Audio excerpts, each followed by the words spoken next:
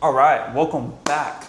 Last time I was recording my leg video, and when I recorded this part of the video, I was completely fried from the leg session. Like I had done my leg session and came back, sat down in here, and immediately recorded that. And what I realized afterwards as I was watching it was, holy cow, I can't speak. It sounded like I had taken 10 boxes of melatonin and tried to make a video. So the video I'm showing you today, I did upper on Monday, so this is 2 days later.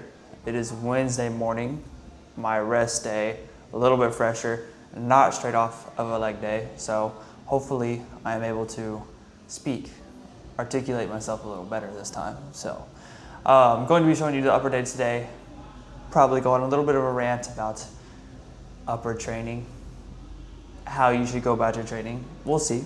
We'll see how it goes as we get going. Take you through the upper day, a few top sets, a few back off sets, depending on what I recorded, to be honest with you. A little update on prep, week 16, I believe. I think I'm 16 weeks out. Macros, a little bit of a change going forward. Finishing up the first phase of my dieting. I weighed 187 this morning, started at 203. Getting pretty small. I feel pretty small.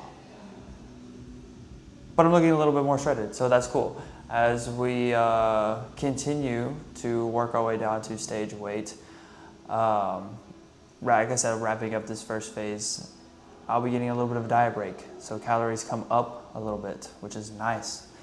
Starting to feel it. First time, I think this week, my workouts where it was like, I'm tired. Like these workouts are a little hard. So I think timing is excellent as far as diet break going in next week. So that being said, rest day today, normal rest day calories for today. Tomorrow we get extra carbs. So 100 extra carbs for the next 2 training days. So up to 400 carbs for Thursday, Friday. So that puts me at the next 2 days will be 250 protein as always, 60 fat as always, but I'll get 400 carbs instead of the normal 300, which will be cool. Try to implement those pre-workout. That way I can use those carbs for training, not just eat honey and bread and make me happy. No, I will more than likely, or what I did last high day was I just put it toward rice in my pre-workout meal, or a little bit more oats in my first meal of the day.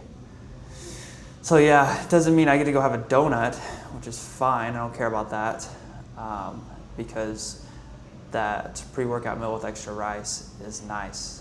It is quite delicious, and it's a lot of rice, and so I enjoy that. So let's dive into it. Starting off with a incline dumbbell press. I had my check-in with Jack yesterday, sent this through. He liked how maintaining good stability through this lift as I get smaller. So that's good.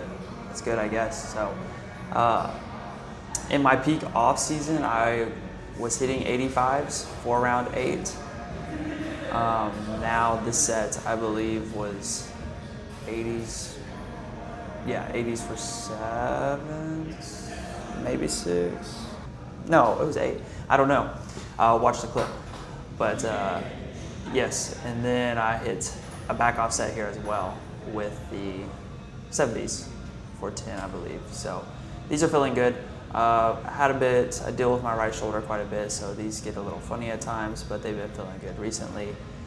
Pulled away back from 85 to 80, cleaned it up a little bit, feel it more in my chest, feel it less in my shoulder deteriorating, so was probably a good move.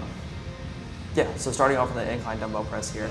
I believe this is really the only free weight press that I have, because of my other days I do Smith press and then a machine press, so yes. And then rolling into some barbell rows, which actually I have a love-hate relationship with. Sometimes these feel incredible, sometimes they feel terrible. It felt good today, or Monday, so that was a win. I'll take that.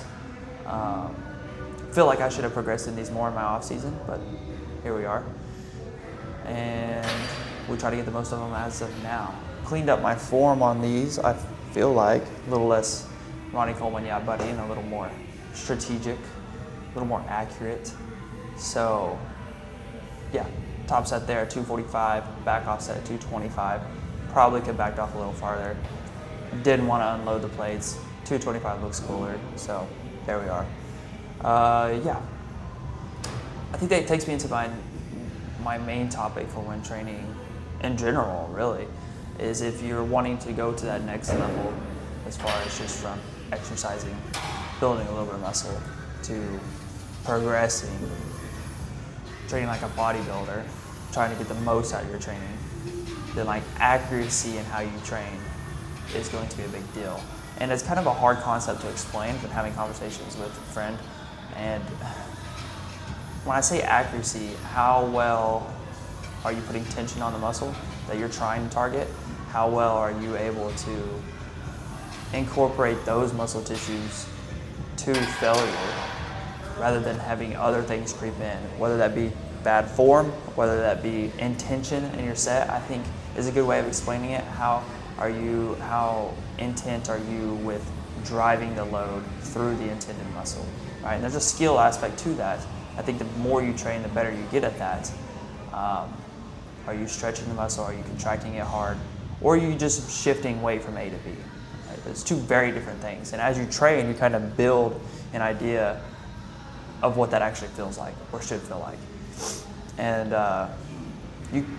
you kind of teeter back and forth. There's a gray area between like too much technique where you're not training hard, and then not enough technique where you're just slinging weight around.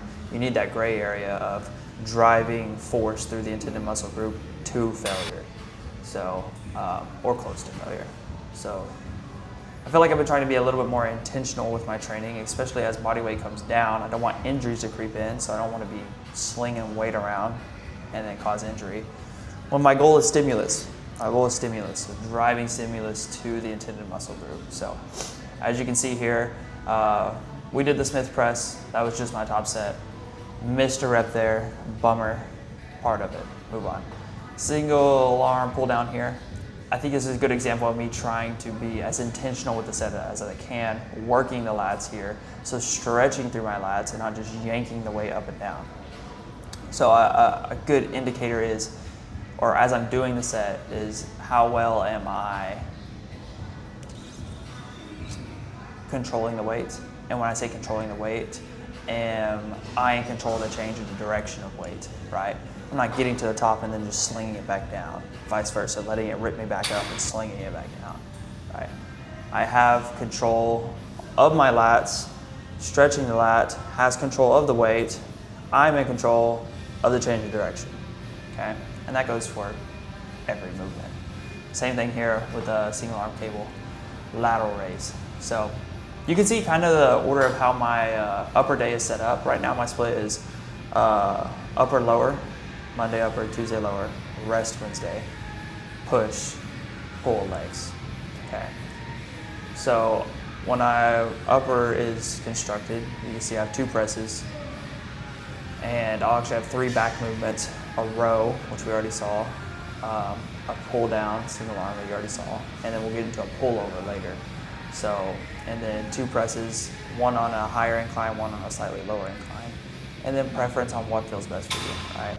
I see dumbbell press feels good right now, and so that's what I do, and then try to progress at that. If I were to do the dumbbell press and it feels awful on my shoulders or my form's terrible and I'm not able to progress just because it hurts, find something else that does the exact same motion that feels better. Whether that be a barbell, whether that be a machine, whether that be a Smith machine. So it's really the more you train, the more you learn to know your body and what things work for you. There's a lot out there of people telling you this is better than that. And sure, like there's situations where that's true, but there's also situations where it's like what feels best for you. People neglect the individualization. Ooh, big word, didn't know how to say. How individualized training can be.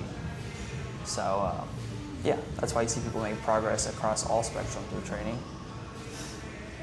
So it's about finding what works best for you there.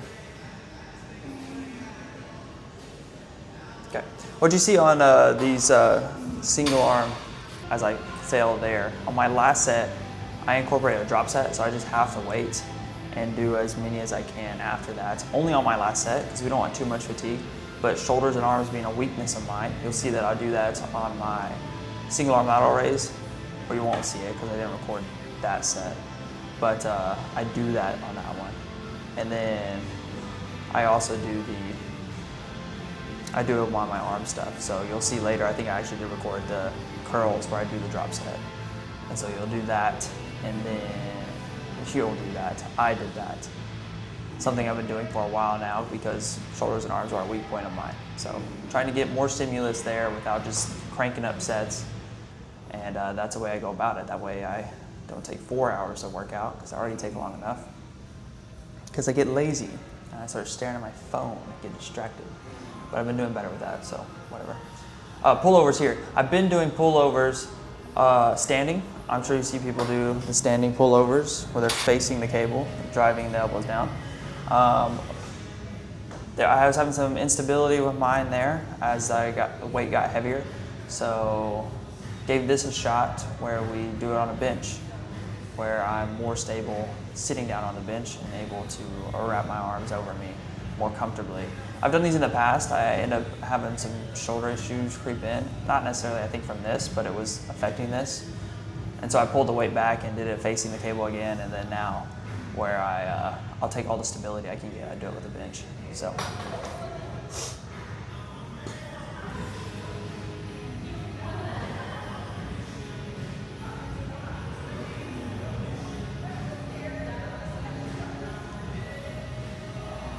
When you are structuring your upper day, I think it's important to take into account what you need. If arms need more, if maybe pressing is more of a focus, then that can determine your structure, right? I still need a bit of everything, so I have a pretty basic structure where it's like I push, I pull, I push, I pull, lateral raise, I pull, biceps, triceps. And so like there's different ways you can go about that depending on you, what you need, how you recover, what feels best. So like exercise sequence does matter to an extent, marginally, but it does matter. It just needs to be personalized to you and what feels best for you, right? If I go and do my overhead tricep extensions and then my curls and then a fly and then a pullover, and then by the time I get to my press, I'm gonna be worn smooth out. That's my heaviest set. Like that's just not what's gonna work best for me right now.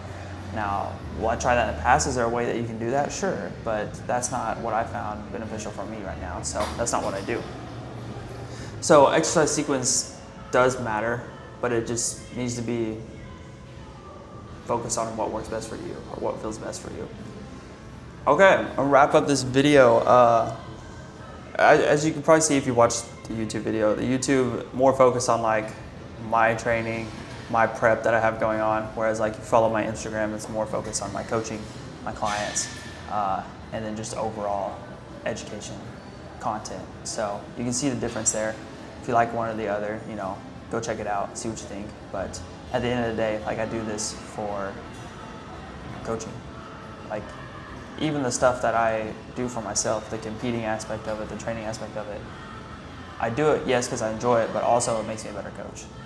And so if you're interested in the coaching or what aspects of coaching that we do, that I offer, shoot me a DM. I'll be happy to answer those questions, answer any questions that you have. So yeah, all right guys, this is the end of the video.